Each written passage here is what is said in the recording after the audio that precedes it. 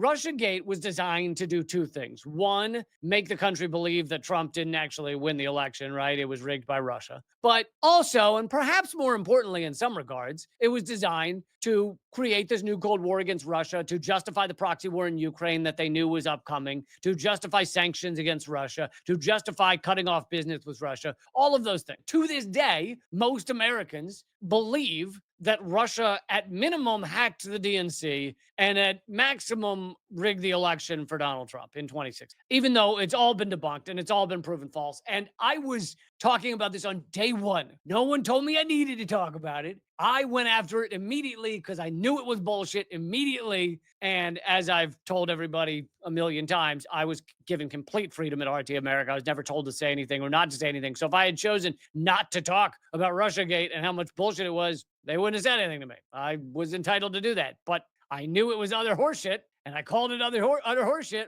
But anyway, Tulsi Gabbard has released more evidence about just how fake Russia was. And you guys probably know this aspect of it, but this was being done by, yes, the Democrats, by the mechanism that the Democrats had control of at the time, which was also the DOJ, the FBI, etc. And now that mechanism is run by Donald Trump and Tulsi Gabbard. So they now have access to the receipts, to the data, to the internal filings of that time, and they can go through those. And anyway, this is now maybe this changing. Maybe more people are reporting on this. But when I did a search for this news story, there was nothing from really mainstream. I had to go to AOL, which I didn't even know existed.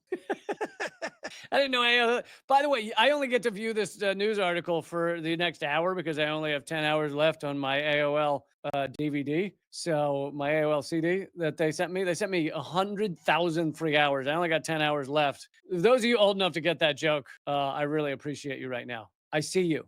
I see you right now if you got that joke.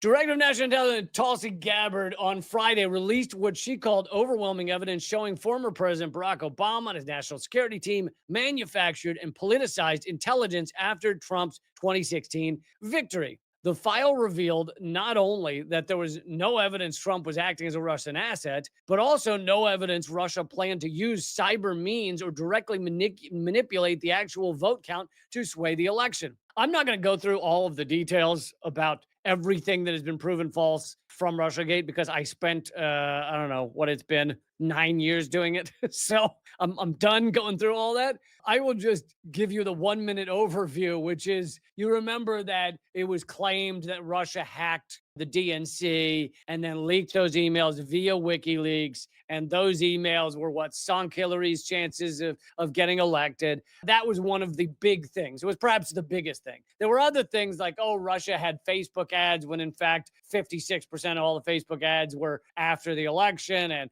most of them didn't even seem to clearly be pushing for one candidate or another. They were kind of garbage. It was clickbait. But one of the major things was, oh, the DNC was hacked, which the DNC was either hacked or leaked. We know that, right? The emails came out via WikiLeaks. Now, the emails from WikiLeaks showed true corruption. They showed Hillary Clinton and the DNC being breathtakingly corrupt. So they showed true corruption. But forget all that. Don't worry about that, right? Just get angry at Russia because they're the ones who hacked it and revealed the emails via WikiLeaks. And by the way, Julian Assange has always said that the emails did not come from. And also, people with expertise in computers and hacking and those kind of things have given the evidence that it was not a hack, it was a leak. And furthermore, the head of CrowdStrike, when he was interviewed, which was the only person to investigate, the only group to investigate this was a company that was hired by the DNC. That's odd. He said they found no evidence that Russia had, quote, exfiltrated any data, meaning grabbed any data, which that means the leak could not have come from them. So it means it was leaked from the inside. So I don't know there's something in my throat. It's just, I might be allergic to something in this room. I don't know what it is. I'm not sure. Anyway, someone leaked it from the DNC. But here's the key part, which is the key receipt that is new. This is the new part that we've just learned in the past few days. The memo accompanying the declassified file accused the DNI and the Department of Homeland Security of withholding key evidence, leaving out in their press release that the FBI and the NSA, the two key agencies in charge of figuring out whether Russia hacked the DNC, had only quote unquote low confidence in blaming Russia for data leaks in September 2016, just weeks before the election. Low confidence. And you've got to remember, this is during a fury in the news cycle about how Russia hacked or leaked the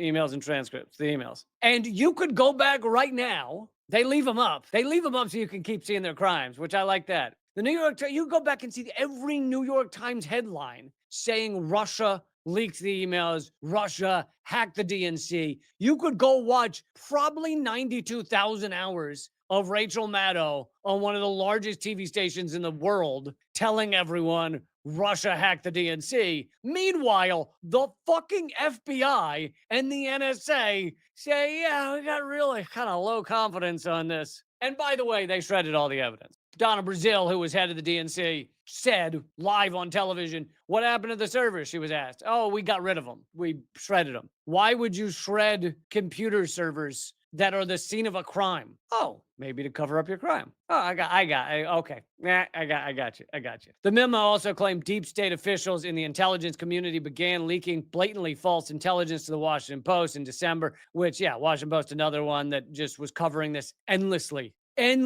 false stories. Those officials told the Post that Russia had used cyber means to sway the outcome of the election, and the CIA had concluded in a secret assessment that Russia intervened to help Trump. Of course, there's no evidence then nor now that Russia does any better with Trump at the helm. Russia had more sanctions put on it under Trump in his first term than they had previously. Trump put more sanctions on them. Also, Trump withheld missiles to Ukraine for about 8 seconds during his last reign, and then he gave in and sent them a missile to Ukraine. So there's no evidence why it'd be good for Russia to have Trump at the helm. But there it is, the receipts that I've been right for 9 years, and that my career was destroyed on a complete and utter lie. Of course, my career was destroyed for more than just that, but I continue to be suppressed to this day in a very heavy way. So that's why I need you guys. I need you guys to keep spreading the word that I am still here.